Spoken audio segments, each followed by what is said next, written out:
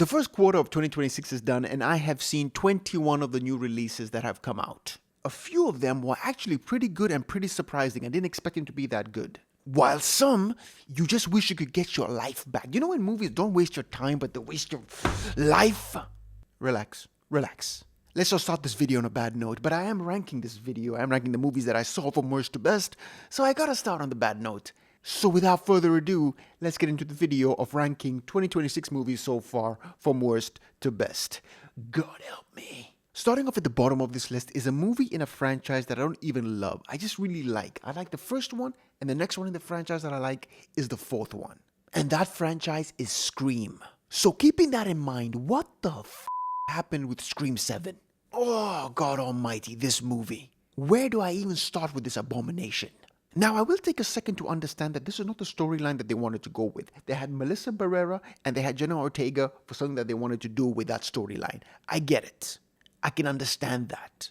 But sometimes things don't work out and you have to recalibrate and make a new story since you want to release a new movie in this franchise. So franchises do what they do and they bring back legacy characters. And I thought since Neve Campbell is coming back and we got Courtney Cox coming back, they had an idea of what they wanted to do. This is the best you could come up with? Let me tell you all, this movie is absolutely the biggest waste of time and the biggest pointless version of a Scream movie that I have ever seen. So many things are wrong with it. First of all, the characters are absolute dinguses, absolute idiots, absolute imbecilic beyond all regard. Villain motivations make no sense. The Ghostface reveal in this movie, the motivation for what they wanted to do, why they wanted to do it to Sidney Prescott. Bro, I can't even remember for the life of me what it was. I had to look it up again for this video. I'm not going to spoil it just because you want to be surprised. But while that whole reveal was going on, I was asking myself, why is this taking so long? Why is it with these characters? Who are these people? And why? Just so many whys. Almost every Ghostface reveal had some sort of weight to it. I'd say Scream 6 was a bit lacking as well, but I'd say from 1 up until 5, there was some weight to it. There was somewhat a semblance of a reason they were doing what they were doing to the people that they were doing it to. In this movie, it is the most half-assed thing I have ever seen in this entire franchise. The weakest, the laziest way to write this kind of story for this franchise was done in this movie. And the characters in this movie are the most annoying I have ever seen in film. In film. Since the film was created. Film. The most annoying. The most stupid. They would do things throughout the movie and I was telling myself, please, Ghostface, just get them. No, kill them. For my entertainment. Kill them in a creative way so me watching this would have purpose. And not even that was entertaining to watch. There were so many scenes, and I mean so many scenes where something is happening, you would do the exact opposite of what the characters did in this movie. Now, I understand in movies like this, there's that whole perception that the characters need to be a little bit dumb for the movie to go along, for there to be tension. I get that. But there comes a certain point when the characters are too dumb. There is one scene where Ghostface goes into a kitchen, right? And a girl comes out frantic and scared. And she says, oh my God, Ghostface killer's in there. What do we do? What do we do? One of the characters just goes, Ghostface killer's in there? And just walks in and comes out stabbed. I'm like, what the do you think was gonna happen? Did IQs just drop sharply while I was away?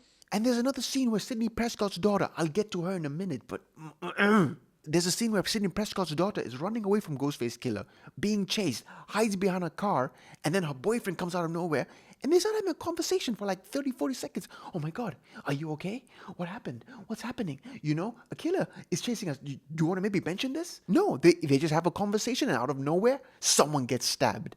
And I'm like, what's happening right now? I don't understand. I really don't understand. Is this supposed to be a comedy? Is this supposed to be Scary Movie 6 and we don't even know that's been released yet? That kind of frustration was happening throughout the movie. And now the daughter.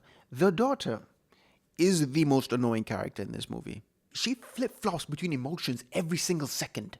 One moment she's angry at her mother. Why don't you tell me everything? Why don't you tell me your past? What's happening? And you don't want to talk to me. Get away from me. And then 5 seconds later, oh my God, he's chasing me, Mom, what do I do? Mom, oh my God, he's coming.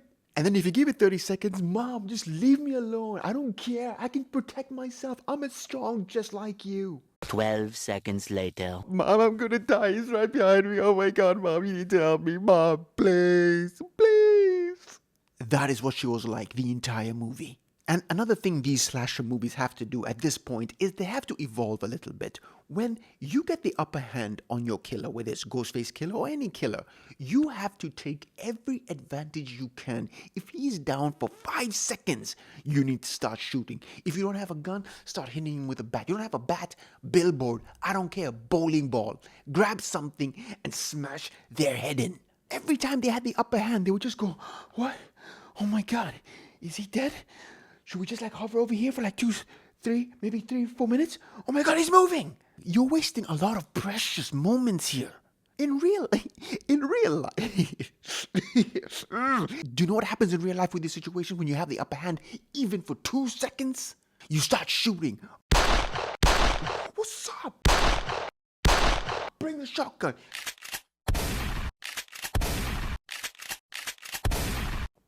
Are they dead? They are now. Movies like this deserve to flop, but this movie hasn't flopped. It has a budget of $45-50 million and it's made $210 million worldwide. So most likely we're going to get a Scream 8. And the filmmakers, all of you, Kevin Williamson, who wrote the original Scream, directed this movie. I swear to God, you cannot tell. And all the people behind making this movie, go look up movie reviews on every bloody platform and see the complaints. And please rectify them for Scream 8. I'm so frustrated, I'm flustered. Sometimes, they should put it on the poster that we didn't even try, man. We just wanted to put a movie out there because we want to make some money. And if this movie makes a little bit of money, we have all go home with profits. And I heard that Neve Campbell, the lead actress of this franchise, who plays Sidney Prescott, got about $7 million for this movie. I swear to God, you were underpaid. You and Courtney Cox should have held together, been a united front, and asked for $20 million each with some back end, with some merchandise to be in this piece of shit movie. United front as one said, listen, we read the script, it's absolutely god-awful. Give us some good money, we'll be in it because there's no other way. Protect you, boo, protect you. Do you, boo-boo? Do you, boo-boo? I would rather watch Scream 6 tied to a chair multiple times than watch this movie again. And I don't even like Scream 6. And from now on, I'm going to have a new rating system for my channel. I don't like numbered rating systems and I don't like lettered rating systems. They don't capture what I feel for a movie when I watch it, whether it's really bad or really good. So from now on, this is going to be my rating system. I believe I've covered all my bases. And this monstrosity is going to be the first movie that gets rated with my new rating system, and I proudly give it without skipping a beat. Do not waste your precious life. Life is too short. We all know that. And I'm telling you, skip this when you see it. It's not even worth streaming at home for free at a friend's house when it's not even your account. Don't waste your time. Don't. This is the bar you need to go over. Of the movies, it's not going to be a hard task.